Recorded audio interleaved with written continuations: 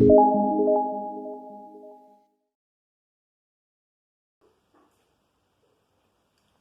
los bendiga, hermanos, los saludo con la paz del Señor en esta tarde. Es una tarde de victoria porque tenemos a Cristo Jesús en nuestros corazones. Y este es un tiempo de búsqueda, un tiempo de meditación en la palabra, un tiempo que la familia está reunida en sus hogares para buscar del Señor, para consagrar su vida a Cristo. Yo hoy le quiero hablar sobre una palabra que el Señor me ha entregado y me recordaba años atrás cuando comenzamos la iglesia, comenzamos el camino del Señor, se entregaban trataditos. Y esos trataditos decían algo así como esto: está enfermo, tiene problemas, usted necesita a Cristo. Y mucha gente que tenía problemas, que estaba enfermo, acudía al Señor. Pero esa gente que no tenía problemas y que no estaba enfermo, pensaba, bueno, yo no entro en esta categoría, así que no necesito a Cristo. Y hoy que han pasado los años, vemos que ha surgido ese evangelio de prosperidad, donde se reúne mucha gente y la gente va en busca de cosas materiales, de cosas pasajeras.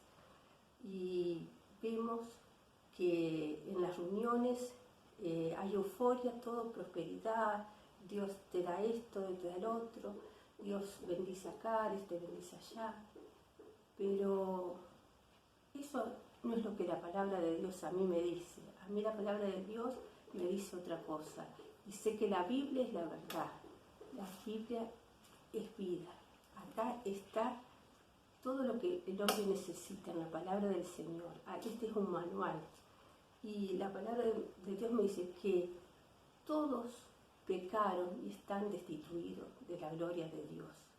Y me está diciendo el Señor, todos necesitan del Señor. Y necesitan la salvación de las almas. Por eso vemos que a veces las iglesias que predican prosperidad están llenas de personas. No entra una alfiler, están llenas de personas.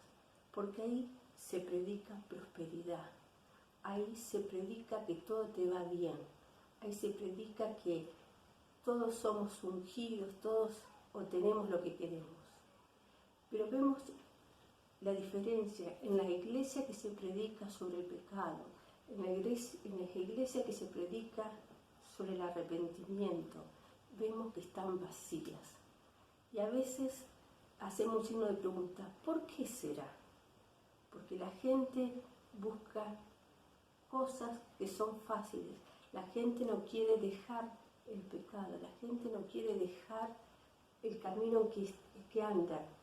La gente quiere seguir ese camino ancho. Parece que el camino ancho va a la destrucción, el camino ancho va a la muerte eterna.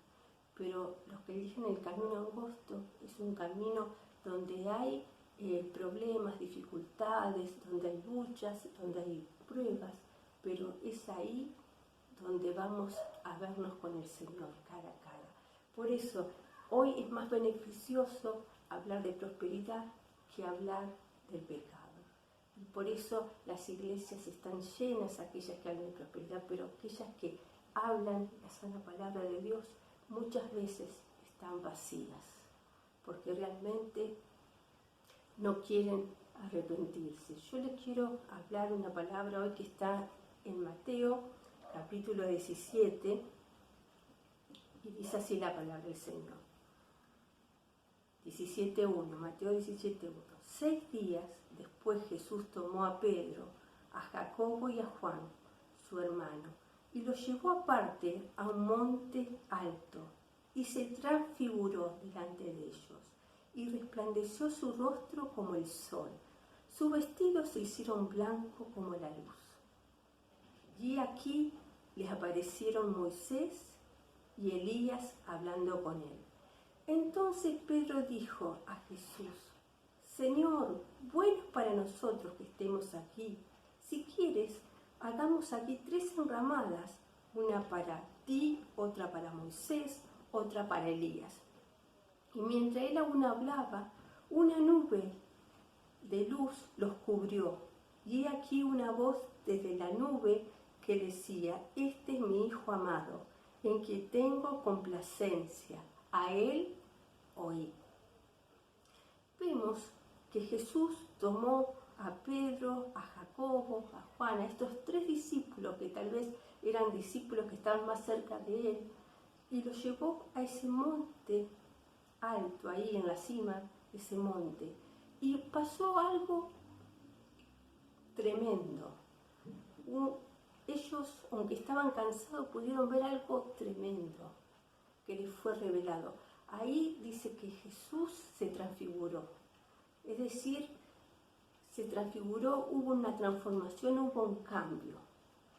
Y vemos que aparecieron Moisés y Elías. Sabemos que Moisés representa la ley, Elías los profetas.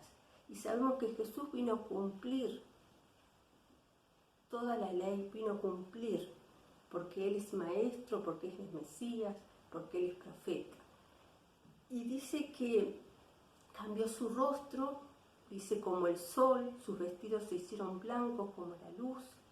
Y aquí aparecieron Moisés y Elías hablando con él, hablando de lo que realmente iba a pasar, de lo que iba a pasar. Vemos aquí que Moisés había muerto hace muchos años y que Elías había sido arrebatado.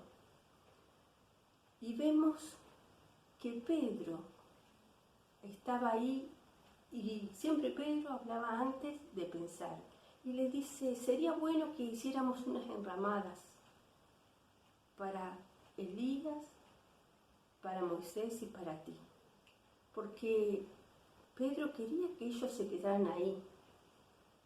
Pedro quería seguir presenciando esa visión, pero pasó algo aún más tremendo. Unas enramadas significaba como unas chozas, ¿no?, para que pudieran refugiarse ahí. Y dice, entonces Pedro dijo a Jesús: Señor, es bueno para nosotros que estemos aquí. Si quieres, hagamos aquí 3 enramadas, una para ti, otra para Moisés, otra para Elías. Y mientras él aún hablaba, una nube de luz los cubrió. Y he aquí una voz desde la nube que decía: este es mi Hijo amado. Cuando la presencia de Dios aparece en la Biblia, vemos que muchas veces aparece esa nube que cubre todo. Pero Pedro y los discípulos que estaban ahí tuvieron temor. Dice que tuvieron temor ahí por esa presencia gloriosa, ¿no? Algo glorioso. Y vemos aquí algo muy importante, que Jesús, siendo hombre, siendo siervo, se hizo hombre para caminar con nosotros, mostró su esencia, mostró lo que había dentro de él, lo que había dentro de él. Y vemos que aquí, de esa nube, sale una voz. Dice: